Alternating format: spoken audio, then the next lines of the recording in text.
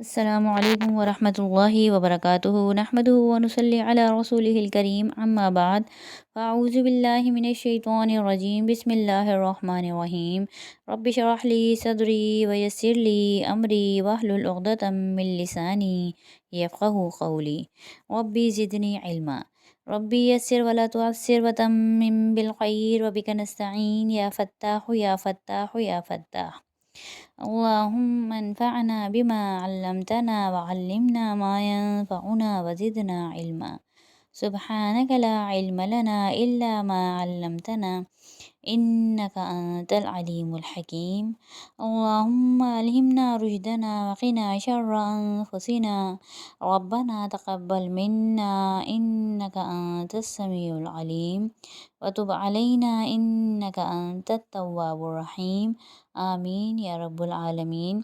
40 مسنون دعا کی سیریز میں آج ہماری اگلی دعا ہے فرض نماز کے بعد کے اذکار۔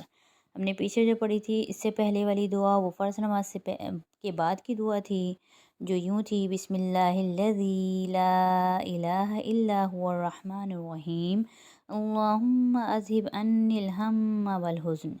اس کے بعد فرض نماز کے بعد کے اذکار میں آتا ہے 3 بار استغفار پڑھنا اور پھر یہ دعا پڑھنا: اعوذ باللہ من الشیطان الرجیم بسم اللہ الرحمن الرحیم اللہم انت السلام ومنک السلام تبارکت یا ذا الجلال والاکرام۔ اے اللہ، تو سلامت رہنے والا ہے اور تجھ ہی سے سلامتی مل سکتی ہے، تو بابرکت ہے اے بزرگی اور عظمت والے۔ قواعد پہ غور کرتے ہیں۔ اللہم، اللہ کا نام موٹا، میم مشدد۔ انت السلام و منک السلام۔ تبارکتا، تبارکتا میں با اور الف، یہاں پر الف مدہ بن رہا ہے، ایک الف کی مقدار کھینچیں گے۔ رو پر زبر ہے، رو کو موٹا پڑھیں گے۔ یا پر الف مدہ بن رہا ہے، ایک الف کی مقدار کھینچیں گے۔